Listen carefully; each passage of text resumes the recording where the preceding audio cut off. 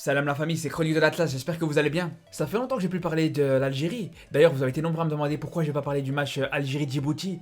Mais ça, c'est pour deux raisons. La première, c'est que déjà, comme vous savez, quand il y a un match du Maroc, je donne toujours la priorité au match du Maroc, c'est tout à fait normal. Et ensuite, la deuxième raison, c'est qu'on va pas se mentir, une victoire 8-0 contre Djibouti, c'est pas vraiment comme s'il y avait énormément de choses à dire. Je pense qu'à partir du moment où tu gagnes 8-0 à un match, c'est pas comme si tu pouvais sortir une analyse constructive. Franchement, moi, si je devais analyser une équipe que je connais pas par exemple et que je voudrais savoir un petit peu le niveau réel qu'elle a et connaître ses forces et ses faiblesses, je prendrais pas un match où elle s'est baladée comme ça, comme si c'était un entraînement. Personnellement, je prendrais un match avec plus d'adversité. Parce que c'est quand l'équipe elle est vraiment mise en difficulté que tu peux vraiment tirer des réels enseignements sur son niveau en fait.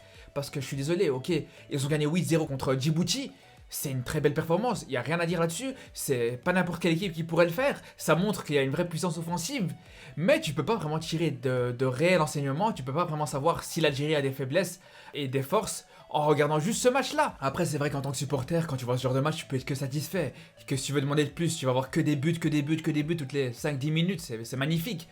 Mais quand tu veux regarder un match, par exemple moi, à chaque fois que je regarde un match, j'essaye vraiment de l'analyser et d'essayer de prendre un maximum de recul. Et pas juste seulement sur l'Algérie, même quand je regarde des matchs du Maroc, j'essaie de prendre du recul, j'essaie de regarder le match de manière objective, j'essaie de regarder un petit peu les points positifs et les points négatifs, et pas rester dans l'étiquette du supporter, tout simplement. Après, c'est pas la question, parce que comme je vous ai dit, de toute façon, il y avait quand même un match du Maroc à ce moment-là, donc je pense pas que même si l'Algérie avait joué un match contre la Côte d'Ivoire et qu'ils avaient fait 3-3 par exemple, malheureusement, j'aurais pas pu regarder le match. C'est vrai qu'il y en a qui arrivent, il y a des youtubeurs je pense qui arrivent à faire plusieurs débriefs, plusieurs vidéos en une journée, et je les admire d'ailleurs, mais moi personnellement je pense que c'est très compliqué pour moi, je pense que j'ai pas le temps de pouvoir le faire. Peut-être qu'un jour quand j'arriverai à mieux m'organiser au niveau de mon travail, au niveau de mes vidéos, je pourrais peut-être le faire, mais bon pour l'instant c'est compliqué, surtout sur un match comme je vous ai dit contre Djibouti, où t'as pas forcément d'enseignement à tirer. Après, bref, on referme la parenthèse, c'était juste une petite précision que je voulais faire parce que j'ai eu énormément de demandes par rapport à ce match contre Djibouti, donc fallait que je réponde à ça. Bref, je referme la parenthèse justement pour parler du match contre le Burkina Faso. Alors là, je pense qu'il y a énormément de choses à dire, parce que sincèrement, du côté algérien, on a vu beaucoup de choses positives et des choses négatives aussi. Et je voulais commencer par parler de l'homme du match. Et pour moi, c'est Belaïli, clairement. Je trouve vraiment qu'elle a été extraordinaire dans ce match. D'ailleurs, ça a été encore une fois le joueur algérien qui a réussi le plus de dribbles. Et je sais pas si vous vous souvenez, justement, à la dernière Coupe d'Afrique, c'était souvent le cas. On l'attendait justement, on connaissait pas encore très bien ce joueur. Personnellement, je le découvrais seulement. C'est vrai que j'ai vu quelques fois avec l'Espérance de Tunis à l'époque. Mais clairement, à la CAN 2019, il nous a surpris. Il nous a vraiment choqué quand on voyait que souvent dans les matchs, c'était lui qui finissait avec le meilleur nombre de dribbles réussis. Alors que tu avais des joueurs comme Mahrez sur le terrain, des joueurs comme Benasser, etc. Et malgré ça, dans plusieurs matchs, c'était souvent lui qui faisait le plus de différence. Et là, encore une fois, c'est le cas, il est vraiment sur la continuité.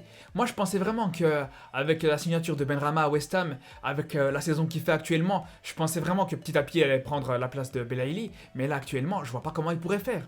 Là, clairement, encore aujourd'hui, je trouve que Belaïli, malgré qu'il joue au Qatar, etc., pour moi, je trouve qu'il est encore au-dessus de Benrahma, en sélection en tout cas. Et pour moi, ça a quelque chose d'exceptionnel cette histoire. Parce que quand on voit un joueur comme Belaïli qui a un parcours complètement atypique, qui est peut-être inconnu en Europe, ou en tout cas en Angleterre, je suis sûr et certain, personne ne connaît Belaïli. En France, peut-être qu'il commence à avoir un petit peu de notoriété. C'est vrai qu'il y a eu son histoire où il a failli signer à Angers, et c'est vrai qu'en France, on suit beaucoup la Coupe d'Afrique, mais je pense pas qu'en Angleterre, il est très connu.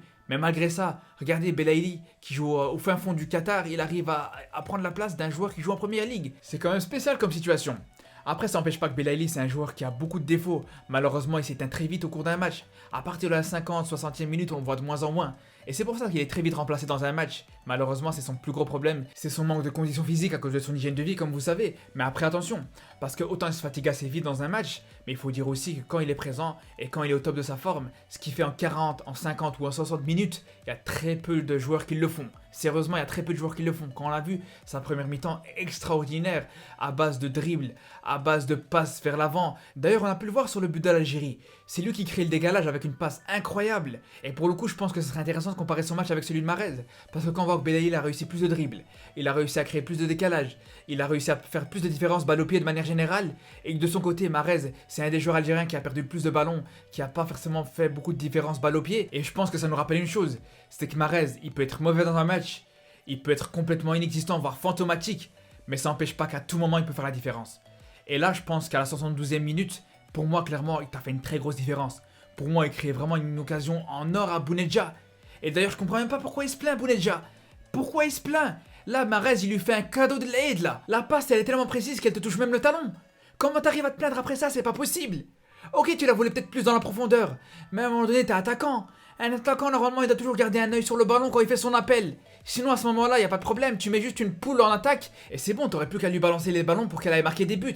Sérieusement, si le rôle de l'attaquant c'était juste de courir sans réfléchir, ça aurait été facile. Sur cette action, ça me rend fou parce que là, justement, il est tout seul. Il a l'occasion de contrôler à son aise, de se retourner et d'aller marquer. Et il part sans réfléchir, sans regarder. Et après, il ose encore râler parce qu'il la reçoit pas dans sa course. Mais à un moment donné, t'as vu d'où elle vient cette passe?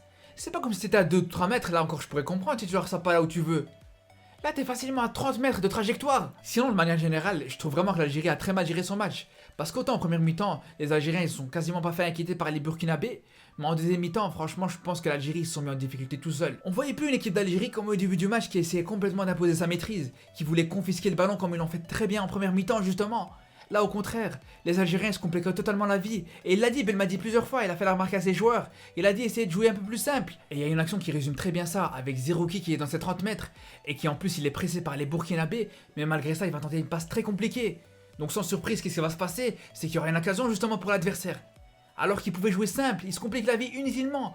Et ça a été le problème de l'Algérie sur toute la deuxième mi-temps quasiment. Par contre, celui qui a battu tous les records, c'est ses fans. Alors là, lui, il a vraiment fait très très fort sur le but du Burkina Faso. Je sais pas ce qu'il fait. J'ai jamais vu un défenseur comme ça qui défendait à l'envers. Il a complètement laissé l'ouverture du but pour l'adversaire. C'est incroyable ça. C'est vraiment au dernier moment qu'il s'est souvenu qu'il devait se placer entre le ballon et le but. Vraiment le truc le plus basique. C'est abusé quand même. Franchement, tu me lances un EU15, il le sait, sérieusement. Non mais sérieusement, je pense que pour l'Algérie, c'est important qu'ils trouvent une doublure plus sérieuse que ça. Parce que Attal, il se blesse beaucoup trop souvent, et il faut vraiment quelque chose qui puisse tenir la route quand même. Je pense même à Zededka de Clermont. Pourquoi il l'essaye pas? C'est un joueur qui pourrait être intéressant pour cette équipe. Après ça va, l'avantage, je pense que ce match-là, il aura pas de grosses conséquences. C'est sûr qu'une victoire sera vraiment conforter une grosse avance.